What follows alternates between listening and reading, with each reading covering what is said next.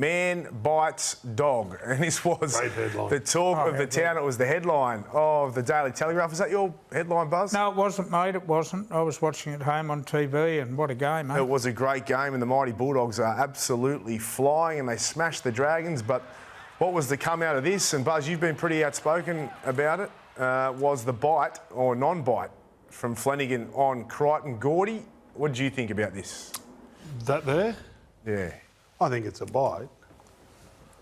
There, and you can see the blood on his nose, and you can see when they slow it down, and we've got the evidence of a nanosecond. I suppose they can slow it down to a nanosecond that you can see the nose get stretched out a little bit. So there's no doubt it's a bite.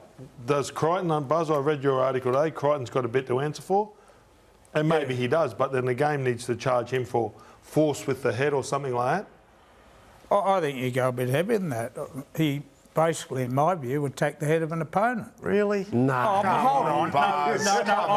How did I know I was going to march into this? Because you I knew I was going to march into this. But you know for a reason. He makes a tackle. There's two in it. Yep. Flanagan is lying on his back on the ground, trying to hold the football. Crichton's face finishes on his chest. Yep. He then makes a couple of moves, rubs his headgear and his nose all over Flanagan's face, right, with force, and his nose finished up in Flanagan's mouth. So you think that's what I'm saying is, and I've looked at it as many times as you guys, Flanagan's head did not leave the ground.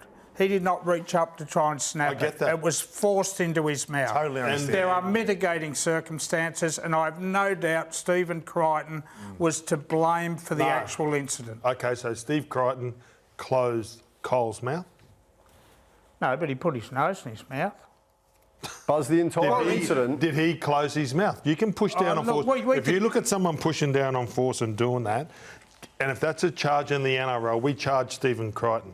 But what charge? The charges biting. Buzz has got a point. No, Buzz has got a point in that Crichton certainly contributes. Totally. Right? We get that. It's rugby league. You are allowed. You know, there are bit of force in the during contact that you see one head will come into contact with another. The old-fashioned facial used to be the hand, and it can happen. He's done it with his head. The entire incident was over in a tick over 2 seconds. Yeah. So to try and mount an argument that it's all Stephen Crichton's fault, I don't think you can. 2 seconds is enough to slow down and play the ball. That's what he was trying to do. Let's break it down, right, Buzz?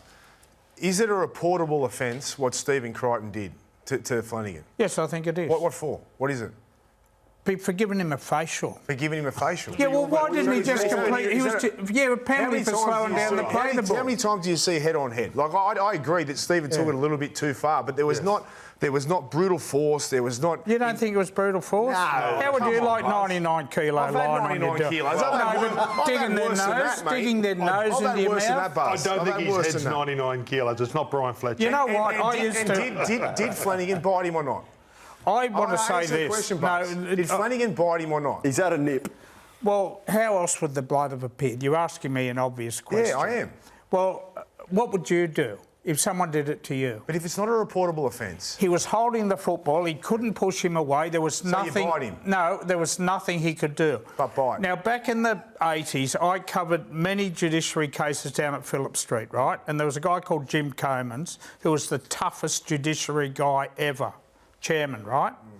Now, if he had a biting incident like that, you know what he used to say to the player? What was your finger doing in his mouth, player, whoever?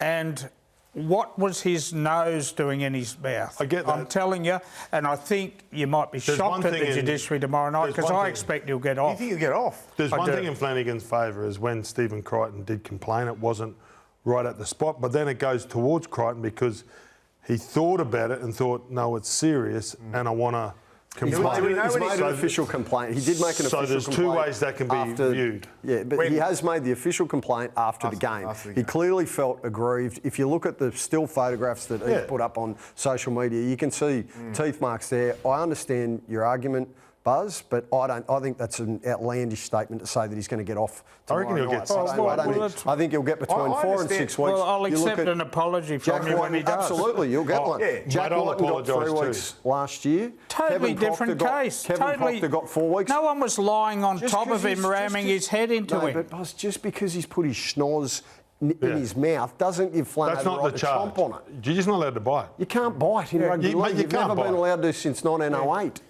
There was mitigating circumstances, no one denies that. And it wasn't a conventional bite like these ones, right? So it wasn't course like it these. wasn't. So I get your case, Buzz. I'm not shutting it down because you make a good Well, why one. didn't they charge Crichton? There's nothing to charge him for. Well, no, Buzz. you That's could. where They I- could There pin is. him with. What for? Well, there's a catch-all. If we charge him for that, called- everyone's getting. I think it was a tactic. There's a charge a week. I think it was to Jack slow the Whiten play. just then was getting his head screwed off by Gamble when he was twisting his head around. He's got just as much. Like you were Have a look at this one, that Buzz. there, So that Jack's there would got hurt 3 more. weeks for that, and you're saying Flano gets off. I think he will, yeah. I think the judiciary will weigh it up. They'll find mitigating circumstances. They'll find that this incident would not have happened. We're not here to giggle, Jim. We're here to Oh, inform. no. Well, I'm finding it We're here to amusing. inform, I'm mate. finding it It amusing is that pretty you're funny. now the No, it's judiciary funny. panel and you're giving the verdict No, I of what's think going to happen they tomorrow will night. find, like a lot of people have who read the column, I've gone through the comment section, that this incident would not have occurred if Crichton had got off the player after he made the tackle, rather than trying to slow it down with that. The eternal Well, that's optimist. The eternal optimist. Oh, you're Buzzy. having a giggle too, are you?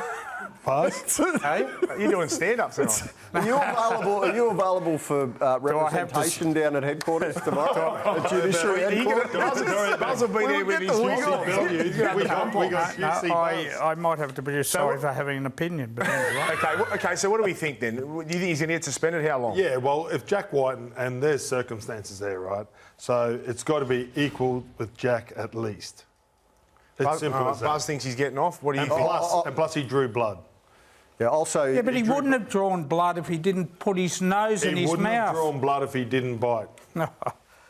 Also, he gets between 4 and 6 weeks. Yeah. That's just a stab. We don't know until he fronts and the panel I'll hears go the with evidence. hoops. All right, well, the bite... Are you going with Buzz? No, He's getting off. I'm not with Buzz. I'm with you blokes. Now, the bite overshadowed what was a great win by the Bulldogs, who have been on absolute fire this year, and particularly of late. But can they challenge the heavyweights in this competition? Have we got them up with the heavyweights yet? I think they're building nicely to get there. Obviously, their defence is up there with the heavyweights, and also their attack. And just recently, Jason Taylor's getting a lot of raps. Dragons panicked a little bit early in this game, but just their patience. So great attacking teams wait for their opportunities and take them, and that's what the Bulldogs did. The form and the momentum that Canterbury Bankstown are building, absolutely, I think that they can make the top 4. I love the defensive system. I love the improvement in individual players. Like you look at their front row forwards, Sam Hughes and Harry Hayes are by no means household big names, but they're unsung and they are tough, hard workers and they get the job done. So I think the Bulldogs can challenge for the top 4 from what we've seen from them over the course of the last month. Yeah, Buzz? the guy I want to wrap is Toby Sexton, the halfback, unwanted at the Titans, second grade on the Gold Coast. Crazy. Yeah. Offered to the Dogs, cheap as chips. He'd be on a couple of hundred, I reckon, a couple of He was 100,000. second grade this year too. Yeah, he started the year in New South Wales Cup. Yeah, and what he's done to steer that side around the park, because Matt Burton is not an organising half, and he's taken these kicking games beautiful. the Yeah, other His night. short kicking game, passing, sublime. like the short Even the passing. part, he can every week that he plays, Toby, he gets better. He kind of goes to another level. He has taken his time, so the Bulldogs obviously got him at a good price, and he didn't come out of the blocks. He had a good first game for the Dogs, but then just every week he starts to run the ball more. He's always had that short kicking game. That pass to Sherry where he shapes the kick and deceives the opposition, the art of deception there from him and the confidence that he has now to even fake the kick and then throw the pass straight away was brilliant. And it's just confidence is king. And you can see it in him, you can see it in their team, and momentum is everything.